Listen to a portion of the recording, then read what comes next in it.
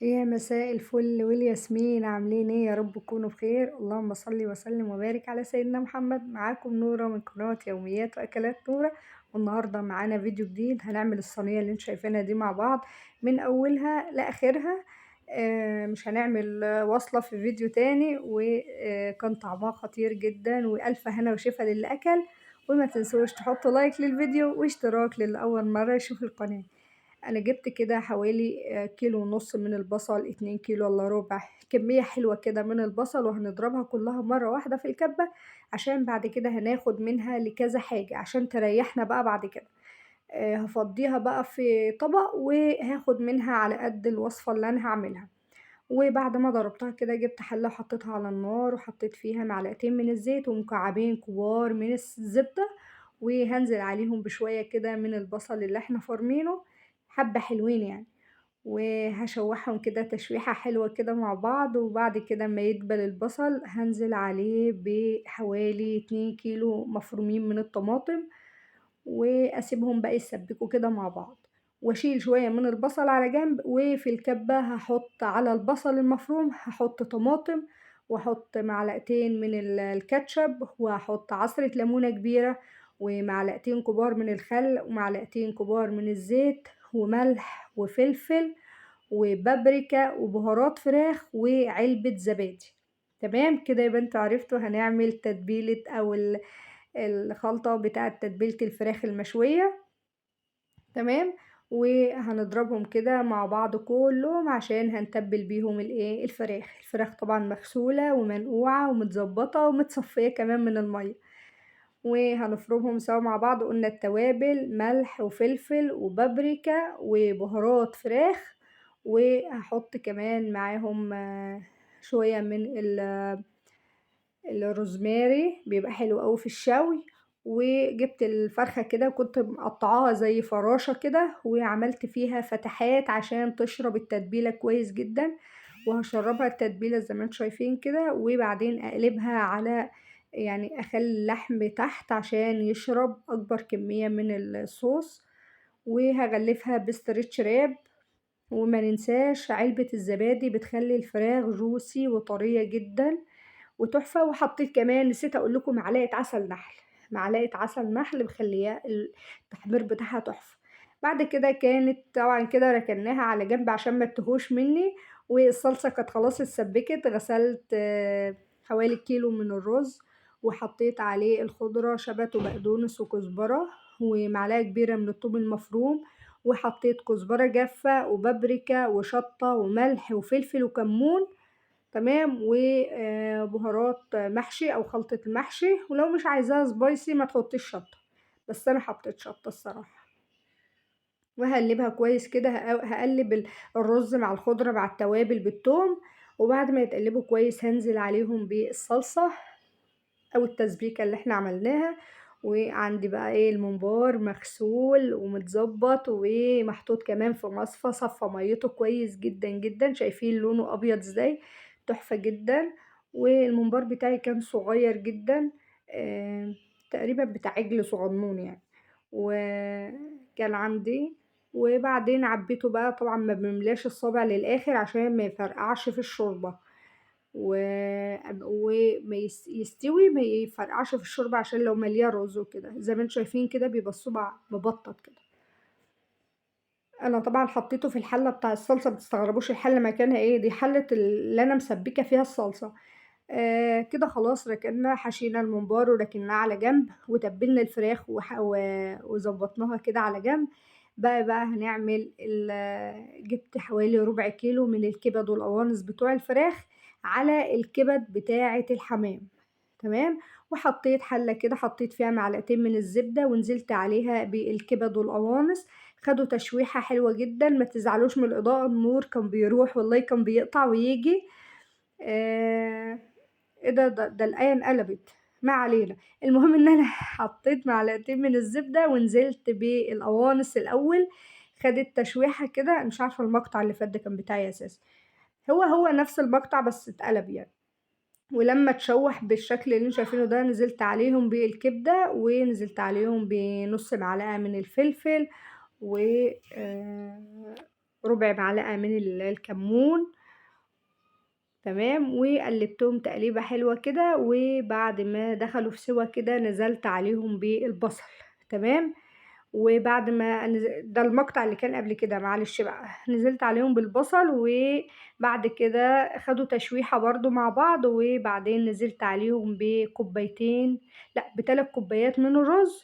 وبعدين هحط ملح، لان انا كنت حاطه فلفل وكمون مع الكبده، فاحط بس ملح، واحط معلقه صويا صوص، ومعلقه دبس رمان. تمام، لو انت حابه تستغني عنهم عادي استغني عنهم، مفيش مشاكل، دول كانوا عندي يعني، وحبيت احيق الوصفه شويه. هقلبهم تقليبه حلوه كده يشوحوا كل ده مع بعضه، وبعد كده هحط الميه. طبعا مش هنغطي الرز للاخر، هنسيبه عشان يدوبك ايه يبقى مفلفل كده، عشان الحمام عندي صغير يلحق بقى الرز يستوي كده حبة زي ما انتوا شايفين كده. وهغطي عليهم بقى واسيبهم لحد ما يشربوا شوية المية دول.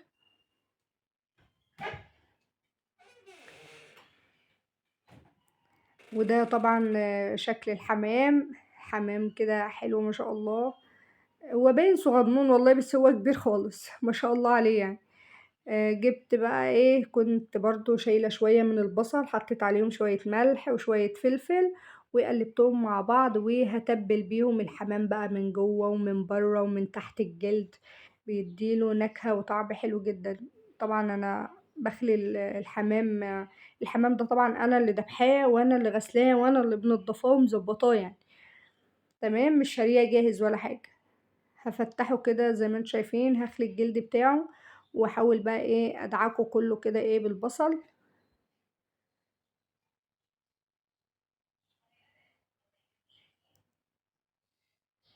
شايفين بفرغه ازاي؟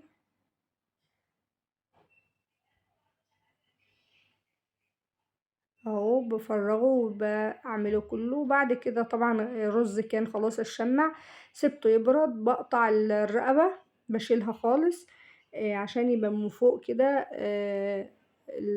الرقبة بحشية رز صافي، ما اللي بياكل ما يقابلوش حتة عظمة يعني، مع ان الرقبة بتاعتها عادي يعني، العظمة بتاعتها سهلة انها مش جامدة يعني زي الفراخ وكده، هي بتبقى طرية جدا. هحشي بقى كده زي ما انتم شايفين، هحشي البطن ما بين الجلد واللحم، وهحشي من جوه وحشي الزور، هخليها مقلبظة كده، بس طبعا مش هنديها اكتر من حقها عشان ما تفرقعش في الشوربة. بعد كده بجيب القنصة واقفل بيها تحت، وبعدين هعمل الرجل زي ما انتم شايفينها كده، والجناح بقلبه لتحت.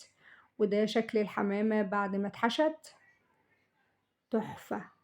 هحشي معاكم كمان واحدة.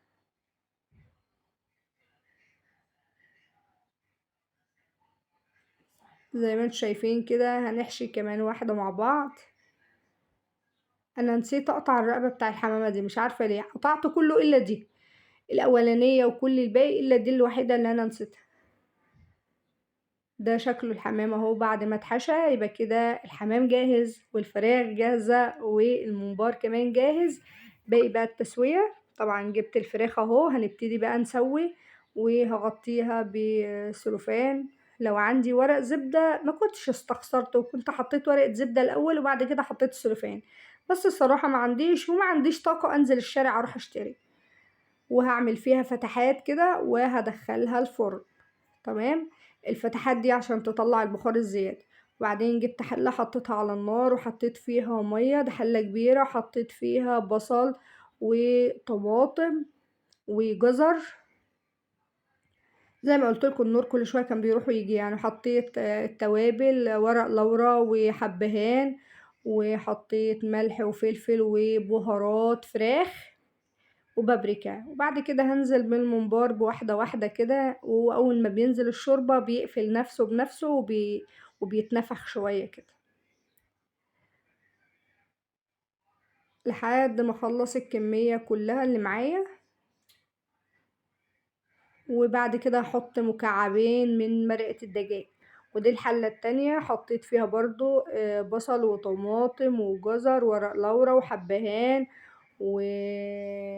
وعودين، كام واحدة كده من القرنفل. وحطيت ايه تاني؟ لا ما حطيتش قرنفل. ملح وفلفل وحبهان وورق لورا وطماطم وبصل وجزر. وبعد كده هنزل بالحمام، وده شكل الممبار بعد ما استوى. بطلعه لكم اهو، ده شكله. الشوربة بتاعته كانت دسمة جدا، بس انا طبعا رميناها يعني. وهطلعهم كده زي ما انتم شايفين، ده شكله بعد ما طلع. وبعد كده حطيت بقى ايه، سمنة بقى على زيت، وحطيتهم كده وبحمر بقى في الممبار زي ما انتم شايفين كده. هحمر الاول الممبار، بعد كده احمر الحمام.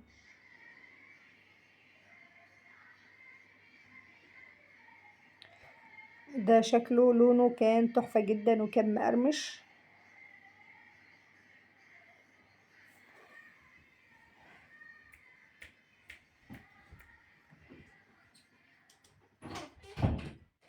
وبعد كده طبعا الحمام انا دورت على بتاع ده قشطه، ما لقيتش قشطه، او لقيت القشطه مجمده في التلاجة فكسلت اطلعها تفك لاني كنت ناسيها في الفريزر. فجبت بقى لبن جاموس كده بالوش بتاعه، وحطيت فيه بقى ايه الحمام، لفيته فيه كده كام لفه، ونزلت فيه السمنه بالسمنه بالزيت. فيه ما شاء الله لون الحمام تحفة، والحشو بتاعه جميل جدا. مفيش الا واحدة بس اللي انفتحت من الجنب كده، بس ما اتفتحتش كلها يعني، فرقعتش كلها. دلوقتي خلصناهم، وهنعمل بقى اخر حاجة، هنعمل الرز. رز البسمتي، جبت مكعبين من الزبدة على شوية زيت، وحطيت بقى 2 لومي و2 من القرفة السيجار، وحطيت ورق لورا. تمام، وهنزل بكام واحدة كده من القرنفل اهم، نزلت بيهم. وهشوحهم كويس قوي في السمنة. وحطيت كمان مكعب من مرقة الدجاج. وهنزل بالرز البسمتي كده مغسول ومنقوع حوالي ربع ساعة. هقلبهم بقى تقليبة كويسة كده، وبعد كده هنزل بباقي البهارات بقى، اللي هو نص معلقة من الكركم، ونص معلقة من الكاري، وربع معلقة من بودرة الزعفران، و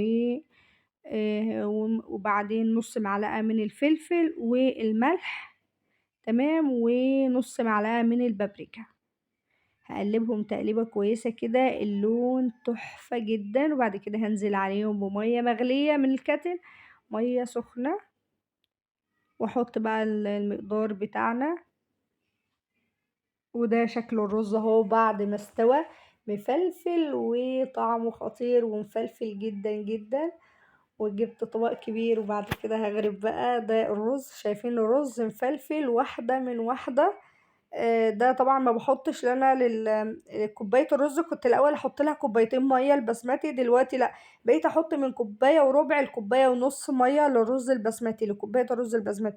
او بمعنى اصح، انا ما عدتش بعمل لها مقدار معين، انا بحط كده بالويم. بعد كده طبعا هحط بقى، اشيل الفراخ كانت استوت، وشلت السلوفان من عليها وادت لها الوش التحفة ده. بعد ما استوت شلت السلوفان وادت لها الوش الجميل ده. العسل النحل، معلقة العسل النحل مع الكاتشب، مديالها اللون والقرمشة اللي بره دي. وده شكل الحمام. طبعا قلت لكم مفيش الا واحدة بس اللي اتفتحت من الجنب كده. وده شكل الممبار. هرصه كده، احط وحدات الحمام واحط الممبار. هو كان ناقص بس ايه، نص كيلو كفتة، وكانت اتصبعت ودخلت الفرن مع جنب الفراخ، كانت هتبقى الأكلة تمام. بس الحمد لله كانت تحفة جدا، الفراخ والحمام والممبار والرز. وألف هنا وشفا للأكل. وما تنسوش تحطوا لايك للفيديو، واشتراك للي أول مرة يشوف القناة، وتقدروا المجهود اللي أنا عملته في الطبق، في الصينية دي. ما شاء الله، احنا لو بنجيب الصينية دي من مكان من بره هتعدي مبلغ وقدره. الفراخ من البيت، الحمام اشتريته، الرز طبعا. يعني بصوا، كل حاجة يعني موفرة الصراحة، لأن لو الصينية دي من بره كانت هتعمل مبلغ وقدره فعلا. وكل حاجة معمولة في البيت بنظافة. وألف هنا وشفا للي أكل، وأشوفكم في فيديو جديد على خير. وده شكل الفراخ من قريب، شكلها تحفة جدًا ومقرمشة وjuicy من جوّه أو طرية من جوّه لإن متبلة بعلبة من الزبادي، في الخلطة يعني محطوط زبادي، الحمام الرز بتاعه مستوي بالخلطة، الصويا صوص مدّي له طعم حلو جدًا اللي هو طعم المزازة ده. والممبار زي ما أنتم شايفين كده مقرمش ومستوي من جوّه، ورز مفلفل، ويا رب بقى يعجبكم الفيديو، وإن شاء الله أشوفكم في فيديو جديد على خير من الفيديوهات الجاية، وأنا عارفة إن أنا باتأخر في الفيديوهات، بس الصراحة ما فيش تفاعل قد كده، فالواحد نِفسه مسدودة إن هو ينزّل فيديوهات، بس في الفترة الأخيرة دي الحمد لله بدأ يبقى في تفاعل وكده، والسلام عليكم ورحمة الله.